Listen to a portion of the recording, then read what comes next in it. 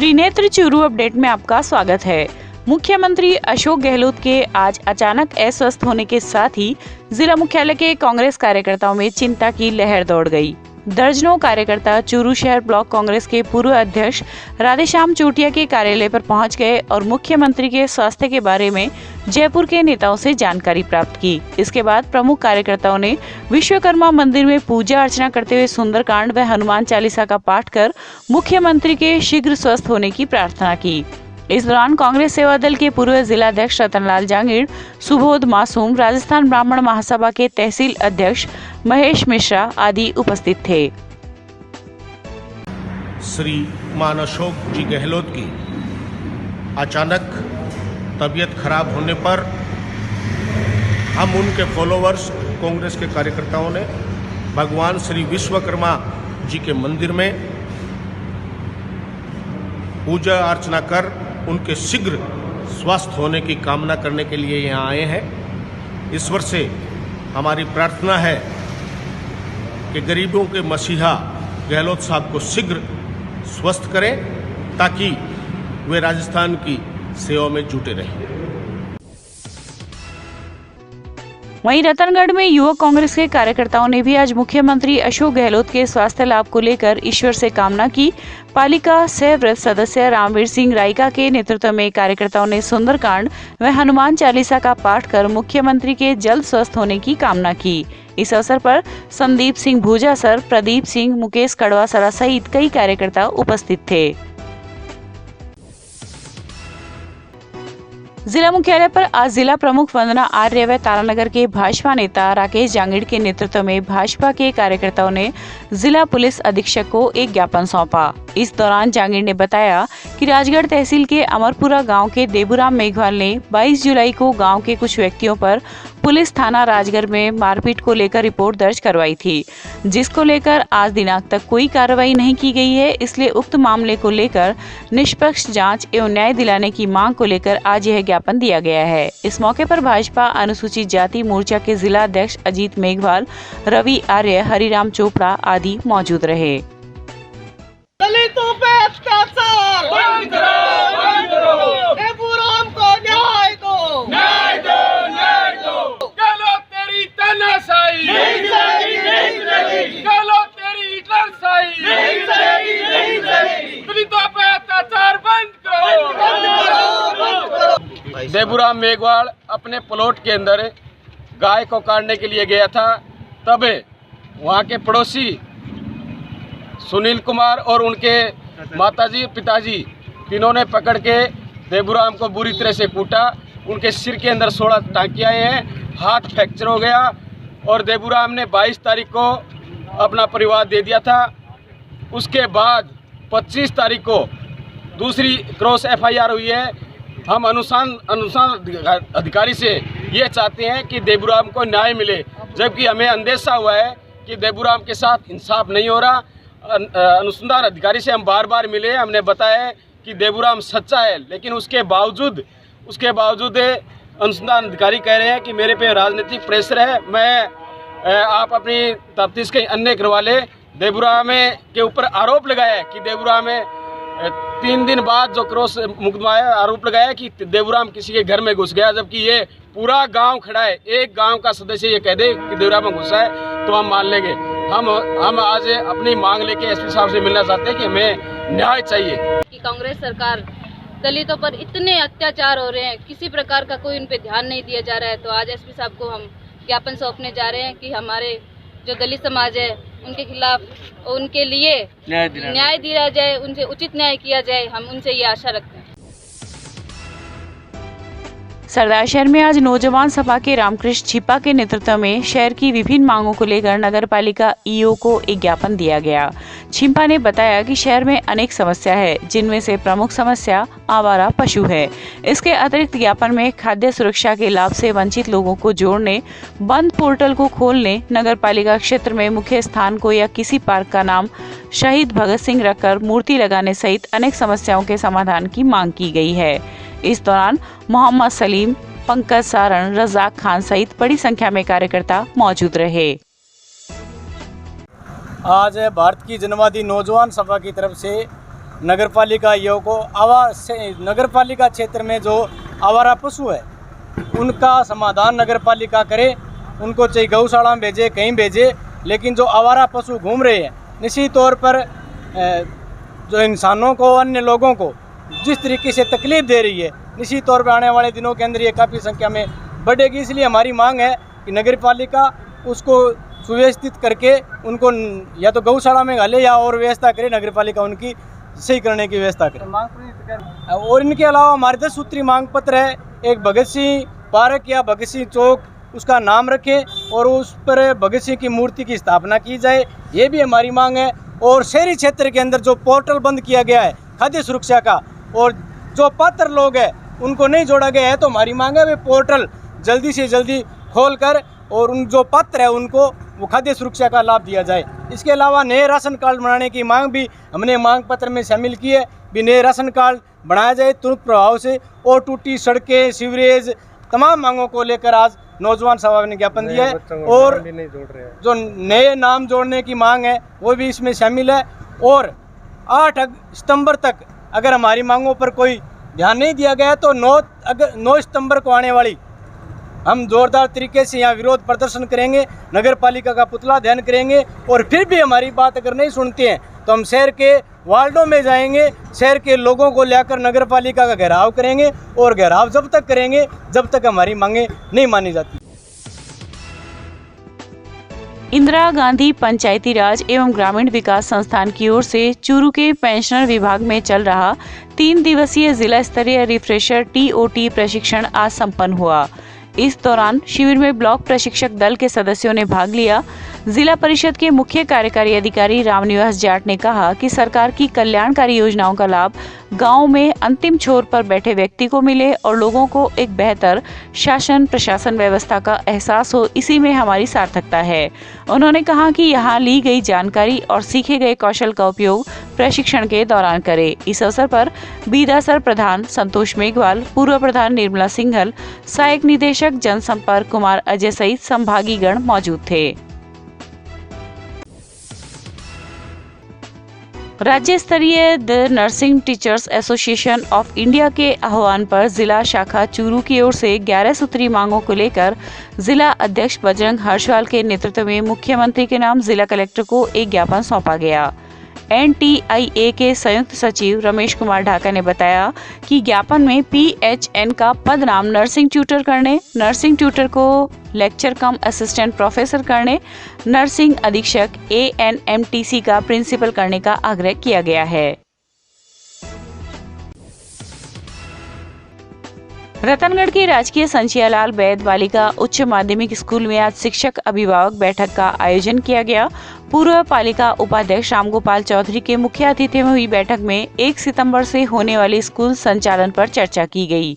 इस दौरान चौधरी ने कहा कि कक्षा 9 से 12 तक की कक्षाओं का शुरू होने वाले अध्ययन कार्यक्रम में बोर्ड कक्षाओं की छात्राओं की उपस्थिति अधिकाधिक होनी चाहिए। इस अवसर पर संस्था प्रधान दिनेश लाटा, स्कूल प्रबंधन समिति के अध्यक्ष अनिल पारिक, नरेंद्र स्वामी सहित कई अभिभावक उपस्थित थे।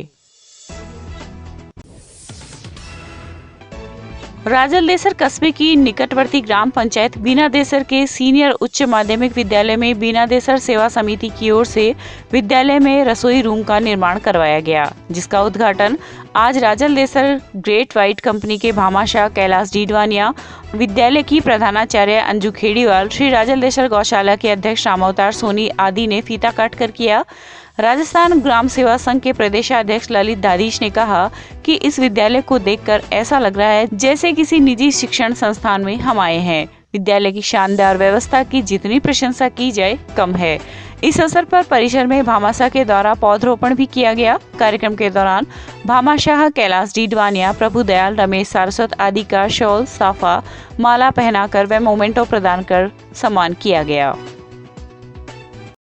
नमस्कार, मैं अंजू खेड़ीवाल, प्रधानाचार्य राजकीय उच्च माध्यमिक विद्यालय बीनादेसर। आज हमारे विद्यालय के अंदर भामाशाह सम्मान समारोह के अंतर्गत रसोई घर उद्घाटन प्रोग्राम रखा गया, जिसके अंदर हमारे बीनादेसर के भामाशाह श्री प्रभुदयाल जी शर्मा, उनके सुपुत्र श्री रमेश जी शर्मा और भामाशाहों की कड़ी में नए जुड़ने वाले श्री कैलाश जी डिडवाणिया, जो कि ग्लोबल वाइट कंपनी के चेयरपर्सन है, उनका सम्मान स्वागत समारोह रखा गया। इस अवसर पर विद्यालय की व्यवस्थाओं के बारे में, विद्यालय की आवश्यकताओं के बारे में ग्रामीण जनों से और भामाशाहों से चर्चा की गई। विद्यालय की व्यवस्थाओं से प्रभावित होकर के हमारे भामाशाह श्री कैलाश जी डिडवानिया ने विद्यालय के अंदर छात्र संख्या को देखते हुए और विद्यालय की व्यवस्थाओं की सराहना करते हुए 2 कमरों की घोषणा की। साथ ही साथ में आए हुए महानुभाव श्री ललित जी दादीज, तामावता जी सोनी, बाबूलाल जी पांडे, कैलाश जी सोनी, मदन जी दादीज आदि के द्वारा ये देखा गया कि विद्यालय के अंदर प्रत्येक चीज़ की पूर्ति है, लेकिन पानी की कमी पिछले 4 सालों से चल रही है। तो उन्होंने इसके स्थायी समाधान की योजना बनाई और स्थायी समाधान के लिए उन्होंने विद्यालय में एक ट्यूबवेल की भी घोषणा की।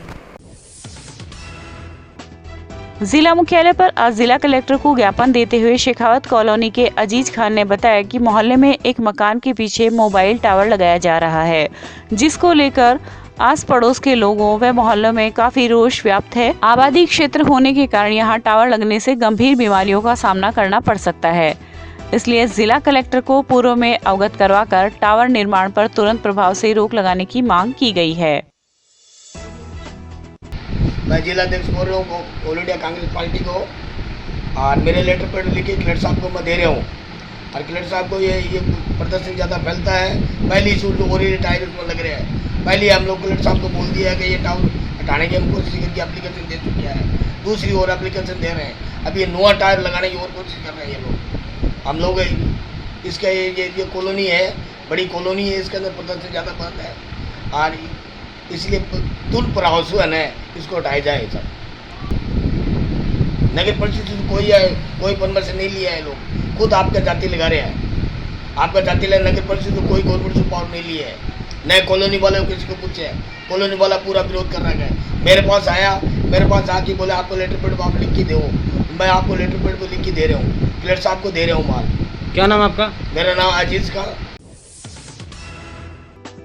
कुशाल दास विश्वविद्यालय हनुमानगढ़ एवं जिला प्रशासन के संयुक्त तत्वावधान में हनुमानगढ़ के जिला कलेक्टर नथमल डिडेल के निर्देशानुसार एवं गुरु गोविंद सिंह चैरिटेबल ट्रस्ट के अध्यक्ष बाबूलाल जुनेजा के मार्गदर्शन में कोरोना वैक्सीनेशन जन जागृति चेतना रथ गुरुवार को भादरा के उपखंड कार्यालय में पहुंचा। रथ को आज एसडीएम शकुंतला पचार व तहसीलदार जय कौशिक ने हरी झंडी दिखाकर रवाना किया।